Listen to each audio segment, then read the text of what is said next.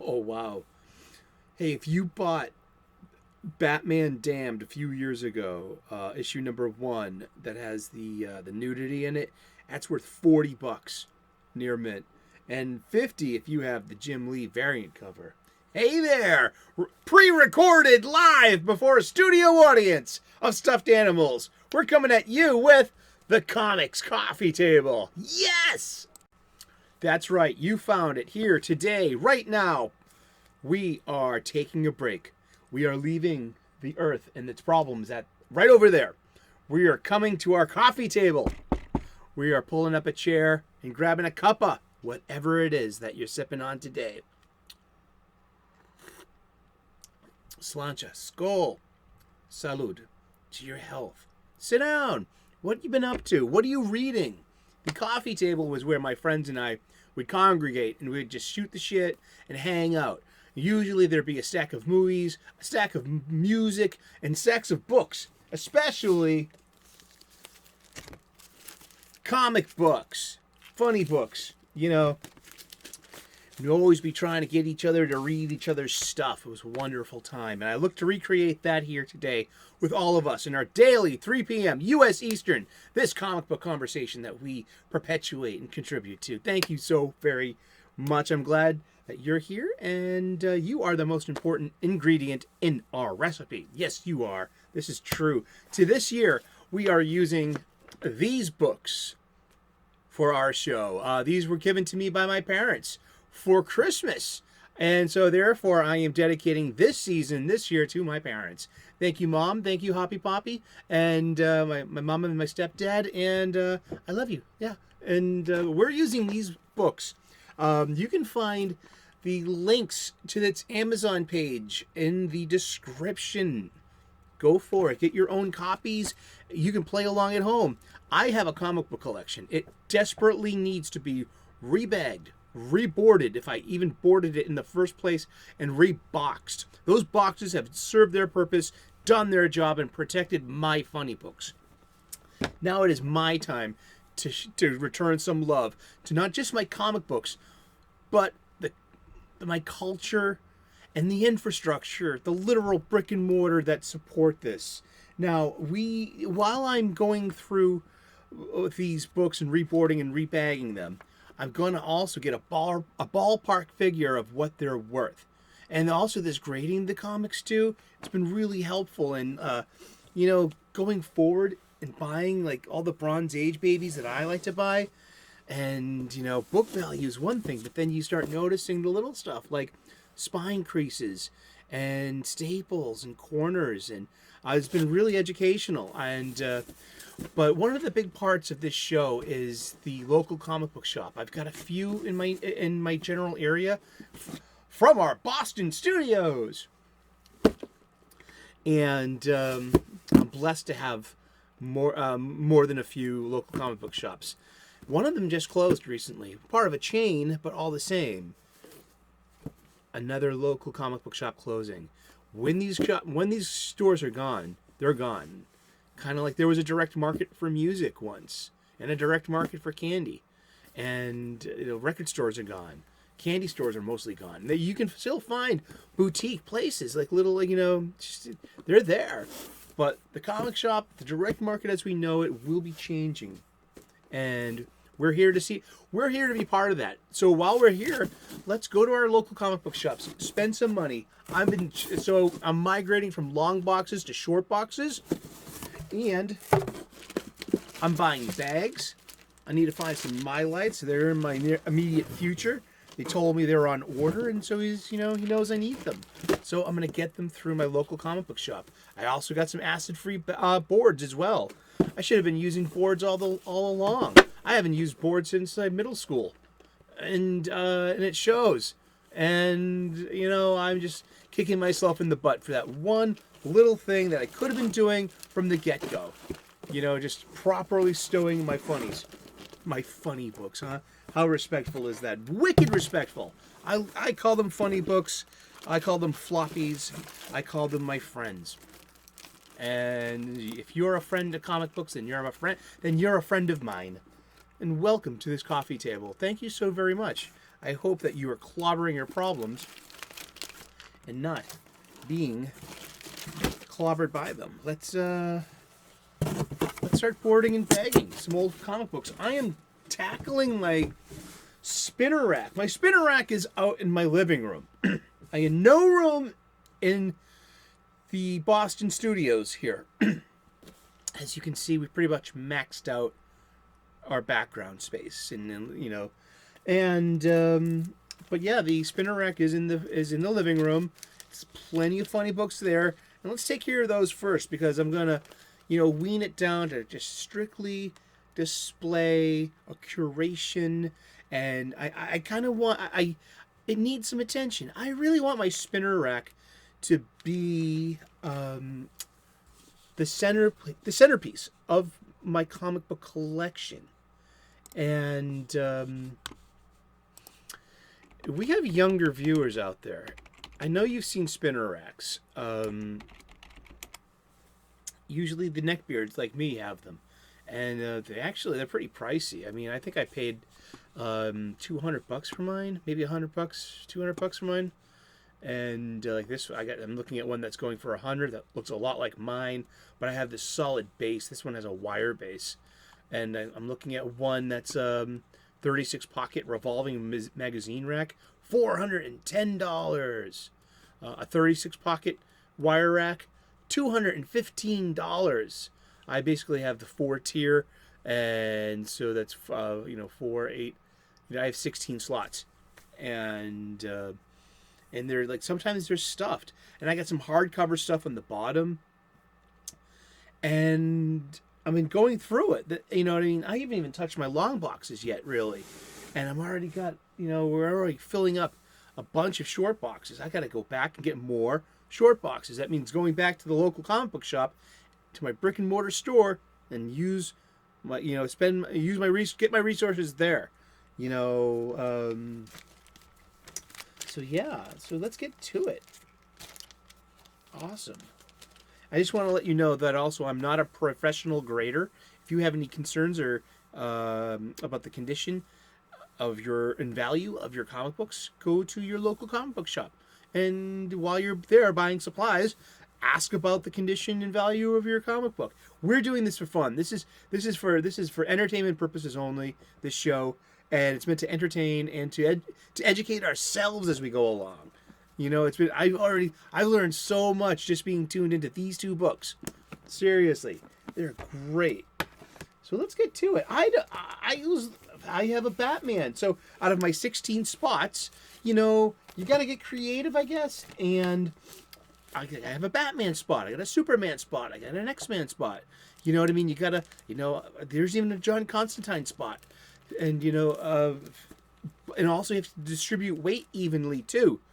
So I've got some really, so I got the heavy stuff, like some hardcovers on the bottom to give it some, Uso was your Stitch name. It means the strength at the base of the pillar. That was Stilgar to Paul Muad'Dib. Dune, that's a Dune reference. We get geeky here. Yes, so I got all the heavy stuff at the bottom, of course. And then I got this overfilling Batman spot that I don't read. I gotta archive most of these.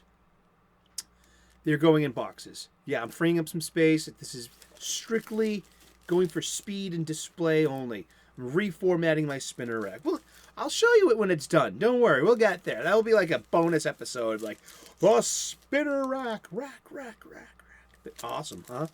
So in my Batman display, I got an issue of Chrononauts for some reason. It just got mixed up. It was in the box. It's all good.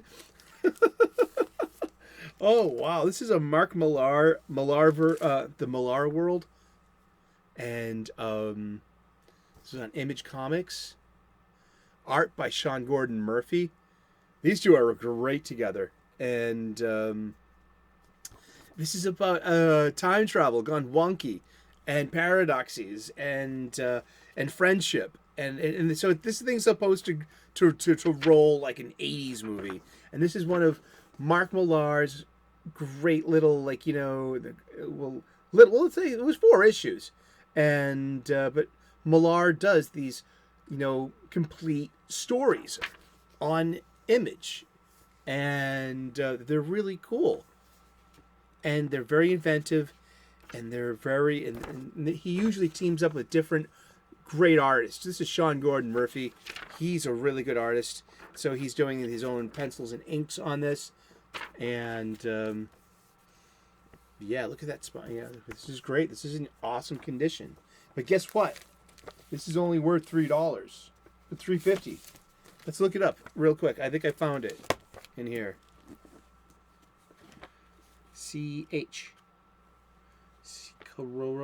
Chronos, Chuck Norris, no, Chuck D, no, Chrononauts. $3.50. Monster, what do you want, Monster? He said $3.50. That's a South Park reference. So yeah, it's an issue 1 of a comic book, and it didn't go anywhere, but like price wise, and I wonder why. I mean, shit. I'm quoting. Aw, he's in the past and he got hit with an arrow. What's going to happen to one of our heroes? Let's look at the indicia. The indicia colophon. Chrononauts #1, March of 2015. Image published by Image Comics. Yeah, this is Mark Millar. Yeah, he's really ridiculously good. Make sure we keep your old bags apart from your new bags. Take one old bag, crumple the others, and put them in there. This way, you'll be less likely to trip and fall if they're lying on the floor. I mean, serious. That's a legit hazard. I mean, seriously. One's in the chat or put a comment in the comment section. Have you too, like me, ever fallen, ass over tea kettle and landed up on your butt? Which is your tea kettle? Shut up, Tika. Pika, I don't need you that sass right now. But yeah, you saw it when I fell on those comic books. Yeah, I mean, that's what you get for having stuffed animals around. You know what I mean? They can only help so much. Let's see here. Alrighty. We found, speaking of Sean Gordon Murphy, too, I found this. No bag, no board, no problem. I got issues 1 and 2 downstairs in a long box. We'll find them eventually. But this has got some, some spine going on. Just a little bit, not much. You know what I mean? This is actually, you can see that crack right there. So that's a ding, and we got some ding on. We got some dings on the cover here. I can see it, like in the light. You can see. There we go. You just got to move the light source around a bit. You start seeing those dings, and but yeah, this is Sean Gordon Murphy's White Knight, the first run, and this is worth its cover price. Even issue 1 of this, we looked it up in the book. To the books, Batman. To the books. Batman Harley, Batman Superman, Batman Tarzan, Batman Sword of Azrael, Batman Dark Knight, Batman the Cult, Batman Max. I thought you had this already. Batman White Knight. Here we go. Issues 1 through 7, $4, and we have a $3.99 cover price. So there, once again, in issue 1. Now, the Batman White Knight is very much ballyhooed. It's like now we have a separate, we have a bona fide multiverse Earth here. Sean Gordon, it's the Murphyverse Batman. There's such thing. This created it. This was great. It's about what if Joker got cured. And also, then you'd see like the wake of destruction left behind Batman. It's interesting. But Sean's known for his like really good art, especially his cars. I didn't finish buying this. I think this was the last issue this is of 8, and this is kind of where I kind of like was starting to peter out on lots of different comics here and there. But I did keep and then I totally stopped at 2018, and I just got back into it. So, you know, I have a bunch of titles that they just disappear. I stopped about 2015, 2016, 2017, then 2018. I was completely done. Oh, yes, you're right. I need a board in here. You're right. Thank you. And you split the tape on that too. That's good. So yeah, this is the and in the innermost part of this the innermost part of the spinner rack display, I got 16 spots. The innermost part, I'll put a trade paperback, you know, something hefty.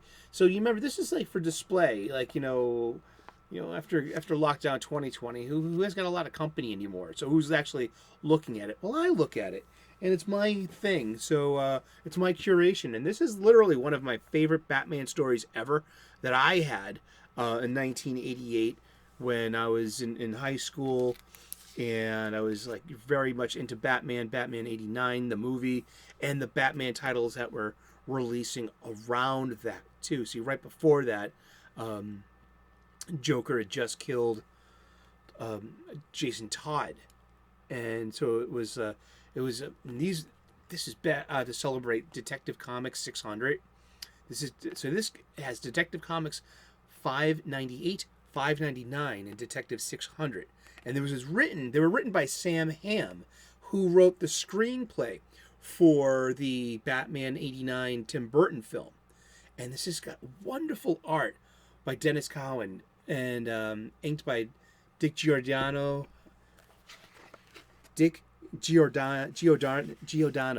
and Frank McLaughlin too. Frank McLaughlin's he's like one of the inkers of the 80s, and it's this wonderfully moody art. And the girls look so 80s. Like, this is, if you know what a Nagel print is, I use this term a lot, especially describing 80s pop art. And you could see it in J.R. Jr.'s 80s stuff, like in Daredevil, X-Men, and Amazing Spider-Man, specifically in X-Men. Nagel, Patrick Nagel, American artist. And he passed away, and he was 39. Patrick Nagel was an American artist and illustrator. I'm reading this from the wiki. He was 38 years old. And Patrick Nagel was an American artist and illustrator. He died in 1984, and he created popular illustrations on board, paper, and canvas, most of which emphasize the female form in a distinctive style descended from Art Deco and pop art. He's best known for his Playboy magazine and the pop group Duran Duran, for whom he designed the cover of the best-selling album Rio, which has been acclaimed as one of the greatest album covers of all time. And so there was always the Nagel Woman. In 1977, Nagel made his first poster image for Mirage Editions, with whom he printed many images. His most famous being those of Nagel Women. The Nagel Woman was developed over time and increased in popularity after Nagel began publishing his work with Playboy in 1975. The Playboy was Playboy magazine, dude. The women were drawn as Nagel's ideal woman. His female figures tended to have black hair and bright white skin, and he worked with many models.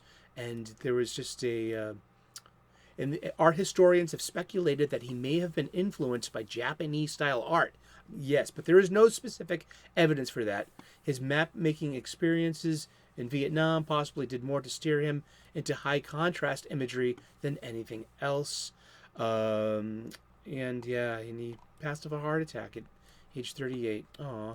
But yeah, I mean, Nagel has, if you were a kid at this time, there's no way around it. You know, you get dragged to the, your mom dragged you to her hairdressers because she couldn't find a sitter. Well, you're looking at nothing but like Nagel women. That's, the hair is just, it was just very much, this is of its time. Great story. And this is the trade paperback. of it. Yeah, I've been a long time removed from those copies of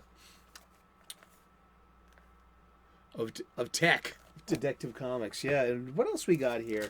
And I'm definitely looking forward to archiving this one. Just because it's kind of it's taking up space. And I looked it up, and it's an issue 1 of 6. It's an anthology. So it's a pretty nice anthology too. It's called Batman Black and White, and they got great. It's about 5 or 6 different tales by a different battery or a writer artist. And these are really good Batman stories because it's an anthology. It's non-canonical. It goes right to the source. It goes beautiful. Look at that. Oh, wow. Who is that? Is that Shane Davis? No. That's Doug that's Doug Mankey. DM. Doug Mankey. Yeah, we're going to look inside of one real quick. Let's look at the Indicia colophone.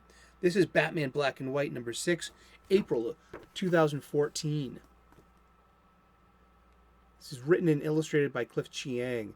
He did a big battery with Brian Azzarello doing the first year of at least the first year of Wonder Woman with the New 52. But look at that. There's those are the credits, and those are how many stories we have in here.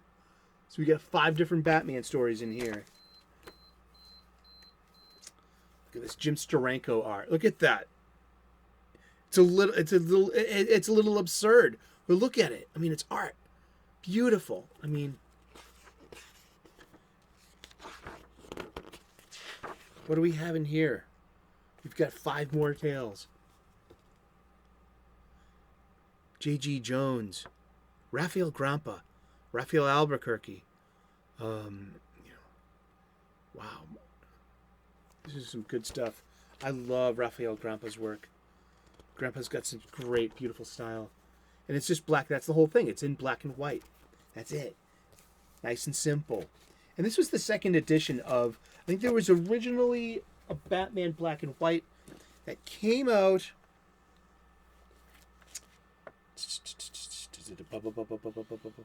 Batman Black and White originally came out in 1996, and that had 4 issues.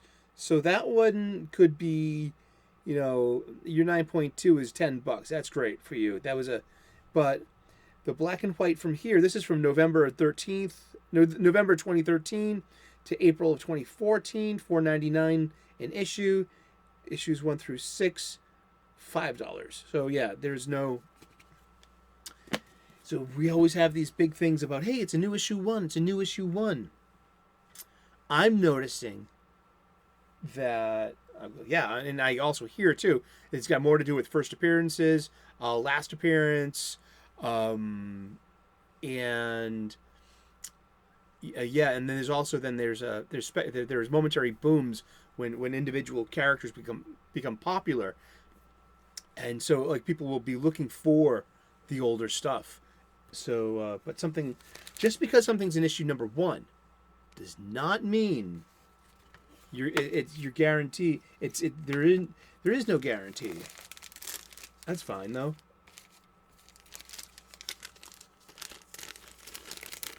This is one of the old ones. How can you tell? Well, they're really, you can feel on the top. They have a feel. This one's, and the brand new ones, are just, they're a little bit more pristine. And I go, is there a proper order? Is it board first? These are beautiful magazines. This is a really good, but still, we got corners. Look at that ding. Yeah, that's a ding. Look at that corner. And, but yeah, I mean, the spine's looking good. There's you can see a little bit more evident here. I always say that, then I put it up to the camera. I'm like, damn, magnification. Does wonders for that. But yeah, I'm going to archive these and clear up some space on the spinner rack. This is nice, and it's been nice hanging out with you, talking about comic books. These are some really cool comic books. Batman Black and White, and they've used that with Batman. I mean, with Superman, like black and white and red, white and blue or something. It was just a little bit more simple. There was one with Wonder Woman, I think, black and white and gold, and yeah. So these are really decent stories. I mean, what is the worth of these? Well, it's what it's worth to you, my friend. This numerical, the monetary value, the speculation value, it's one part of it. You know, it's I'm just giving a ballpark figure I'm getting a ballpark figure of what my collection's worth. I'm not hung up on any value spike or anything. I mean, it's more of like I'm quite pleased when I find one that's like oh wow, this is worth $50. Oh wow, that's really cool, and that's, I guess, part of the hunt of doing this and reevaluating our own comics in our own collections. We have been talking about comic books, and we're going to talk about comic books every day for the rest of the year. That's right. You've got it. 3 p.m. U.S. Eastern. Tune in daily. That's right. We talk about comic books. We leave our problems over there. We pull up a chair to our coffee table, grab a cuppa, take a break, bring a snack for Pete's sake. I'm a little hungry. I could use some cheese and crackers. Ain't that cool? Thank you so very much. And please, if you haven't subscribed yet, click that button and turn on those notifications while you're at it too. I mean, you will eventually learn how to tell time. I swear. It must be 3 p.m. U.S. Eastern in Boston, Massachusetts. I can tell time! Woo! Have a great day. I hope you clobber your problems and you're not being clobbered by them. And God bless. Namaste. Good luck. We will see you again tomorrow in those funny pages. Ciao. Bye-bye.